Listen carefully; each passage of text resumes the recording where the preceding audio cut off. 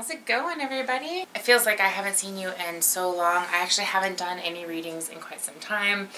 Or I've done readings on the side, but no general readings. I was in a car accident last year that really kind of put me down for a while. I had to get surgery and all kinds of craziness, and so I've missed you guys, and I feel like I feel like, I haven't seen anybody for a very long time, and so I'm just super happy to be back in the swing of things. And with that in mind, I'm actually going to do things a little bit differently. I feel like, why not give you guys a whole well-rounded view of how the month's going to look. So the way I'm going to do things now is I'm going to give you just a very brief, understanding of the major things that are going on in the month. So the new moon, the full moon, and any kind of astrological events going on. And then I'm going to pull cards for love, health, and wealth. So you get a very well-rounded idea of the best things that you can do in a month for yourself to get the full benefit and to hopefully be able to use that energy and move forward. Hey, Cancers. All right, so this month there's a big focus on relationships, it looks like. And so it's kind of one of those times where you are closing up old wounds and healing things so that you can really open yourself up for, that person, that significant other, or that special someone, that you are hoping to come into your life. It's also a really great opportunity and time right now to focus in on what that person looks like, what that experience looks like, kind of planting that seed and creating that order, if you will, to the universe of what you're looking for. Whether you've got a person in your life now that you want to pursue, or whether you don't have a person and you're trying to, you're really fine-tuning what that person's going to look like. Either way, you're still developing an idea of what you want the future to look like. And so right now is a really great opportunity to do that and to heal up some past wounds so that you can really open up and feel like you are in the flow of things when it comes to your relationships this month, okay? And that's not necessarily all, like your lover type of relationship, but you in particular this month, it's a little bit more so than the other zodiacs. So when it comes to love, let's take a look at the current circumstances here. Don't let pride get in your way and step out of your comfort zone, along with communication is key.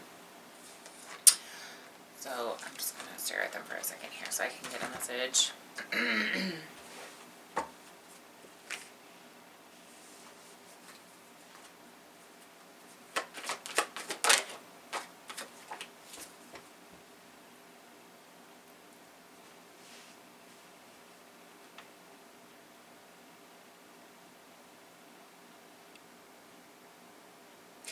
So the message that I am getting is, if something's going on that you can't quite tell, the answer to it, rather than trying to assume that something's going on, try to discern, take your emotions out of it and see things from a practical standpoint.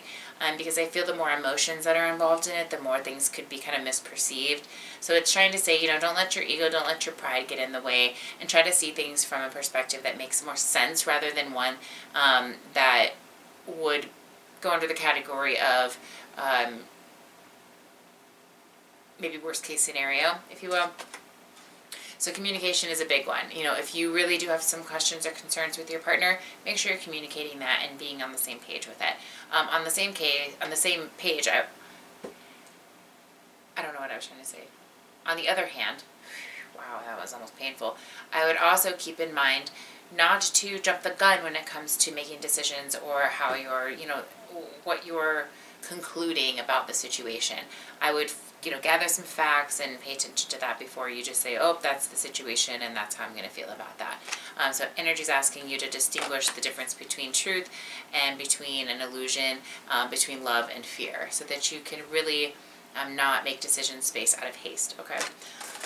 All right, so when it comes to health, let's see how things are looking. We've got new romantic cycle begins and confidence is key to your success. So the new romantic cycle could be a number of things. It could be how you're feeling about yourself and, the things you put in your body, the way you're taking care of your body. But it could also be an indication that you've entered into a type of relationship or a phase in your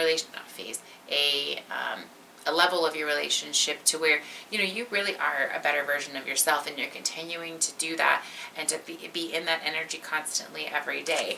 So I feel like, possibly some of you have gotten into a new relationship, and so that's really made you really focus in on your health and how you're taking care of yourself, how your confidence level is, maybe getting back into the gym, or just overall being a little bit more aware of your physique and of how you come across to other people and how other people view you in that area, especially when it comes to the ladies and to the guys. You definitely want to the opposite sex, make sure that, or to the sex that you're appealed to, that you're feeling good about yourself, that you're feeling confident, that you've got, yourself in a good state of self-care so that you can have that stability and security and move forward, and it show through your actions and through your energy and through that confidence that you exude. So I feel like health-wise, you're taking a bit more attention to it than maybe you have in the past, and I would highly recommend continuing to do so.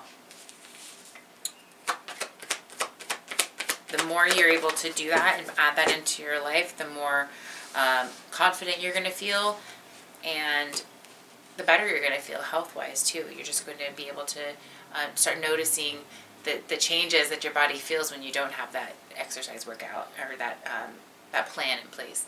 Willingness. You're able to compromise if the end result is love. And so maybe you're having to add something into your life that you're really not necessarily accustomed to, whether it's a diet change, an exercise plan, something that's shifting. Maybe it's just cutting back on alcohol or whatever it is, or sweets.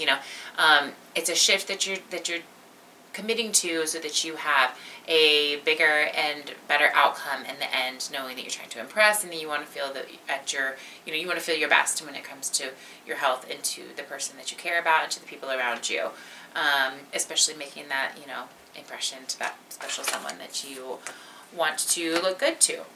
Now, in the wealth and money department, let's take a peek and see how things are going. Surrender to the divine. I'm going to pull one from here so I can get a better idea. Ten of Cups.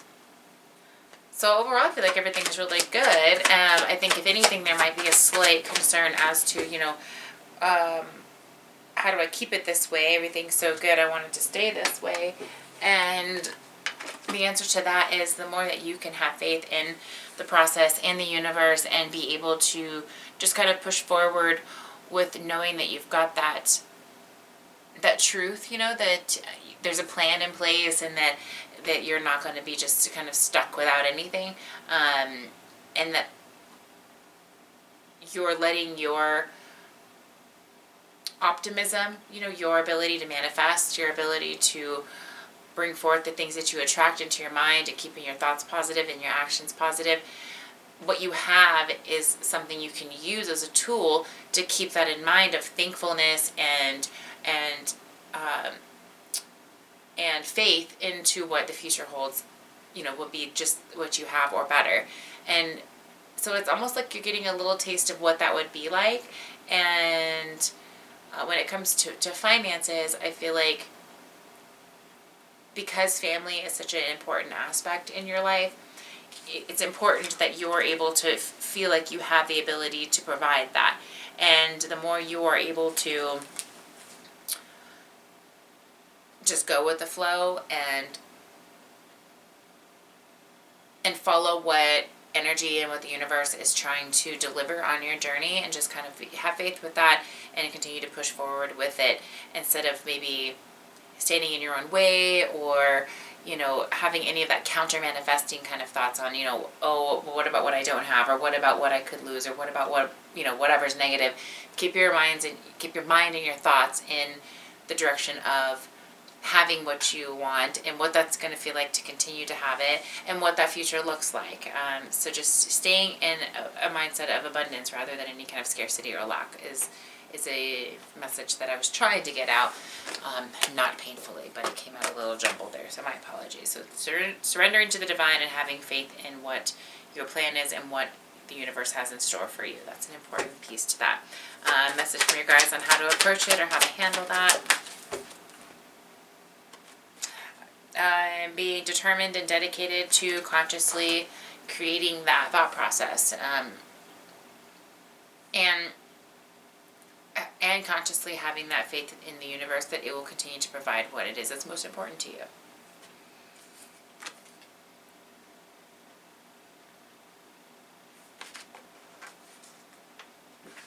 when demonstrating, you know, your actions without having,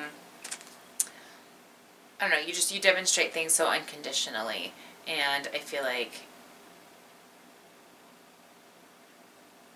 the more you can put that faith, like I said, into the universe, that even if you don't have it right now, keeping your mind's eye on what that looks like, what that's going to feel like, bringing that into your reality is a big important part. If you don't have a vision board or a journal, I would certainly do something that can help you practice that on a daily basis, okay?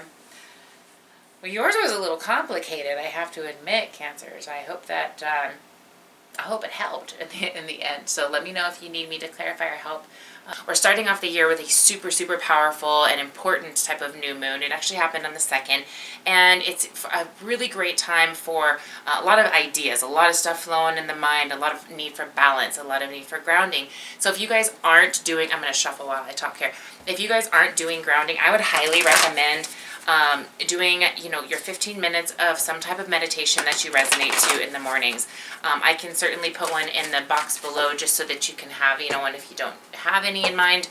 But 15 minutes of an abundance meditation will not only get you grounded, but it'll get your head in the right space for the day. Even myself, I can't believe how many times I notice my teeth are grinding, or I just have so much energy, you know, built up that I haven't called back. So, you know, having a morning meditation just to kind of get your mind in the right space, and then in the evening, have another one.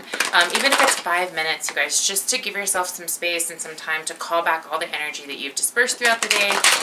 Give yourself some time to really ground out that energy into those roots, into the ground, or whatever you resonate to, and get that white light energy going. You know, white light energy from the top of your head, split it all the way down into a bubble around your body. You know, just giving yourself that moment to just kind of renew and refresh is about the best thing that you can do for yourself in any given day, especially if you are, you know, out there all over the place talking to a lot of people.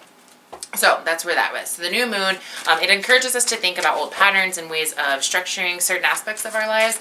In 2021, we really continue to work on that, you know, not devaluing ourselves, but really embracing our values.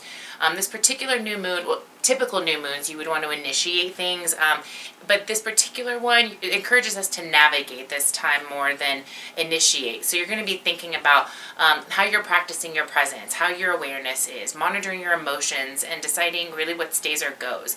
That kind of pulls us into the full moon. So, you know, we had a lot of things going on in 2021, and this particular full moon is reflecting, and this is going through the 17th is the full moon, just so you guys know, and it's in Cancer, so it can be a little finicky with the emotions, but it does reflect this month. It could bring up feelings and some emotional sensitivities. For others, it could be more irritability than anything.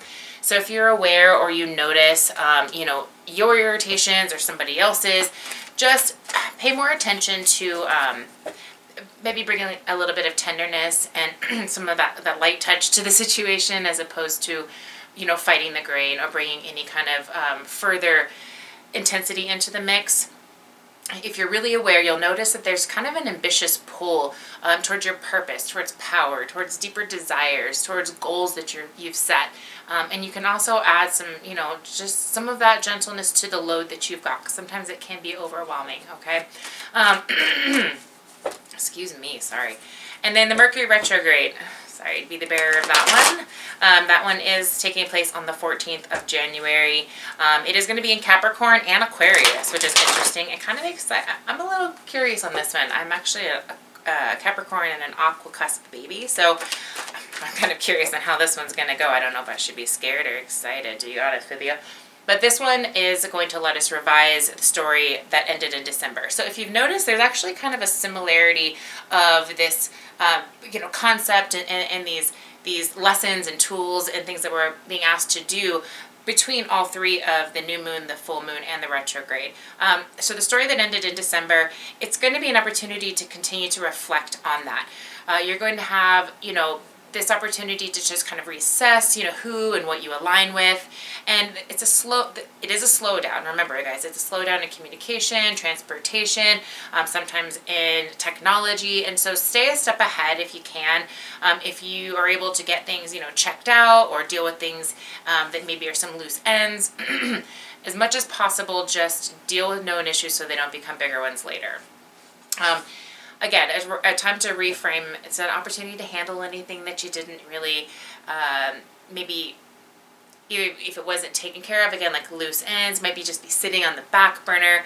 Maybe you just need to look at something as a second, a second look, or maybe you need to edit, whatever's in the goal or whatever's in the plan. But the more open and the more optimistic you are to that, the more confident you're going to have going into 2022. And so I would highly recommend just giving yourself a moment to ask yourself, are you holding yourself back in any way, or are you opening up, to a whole new ball game, which is kind of the goal that you set.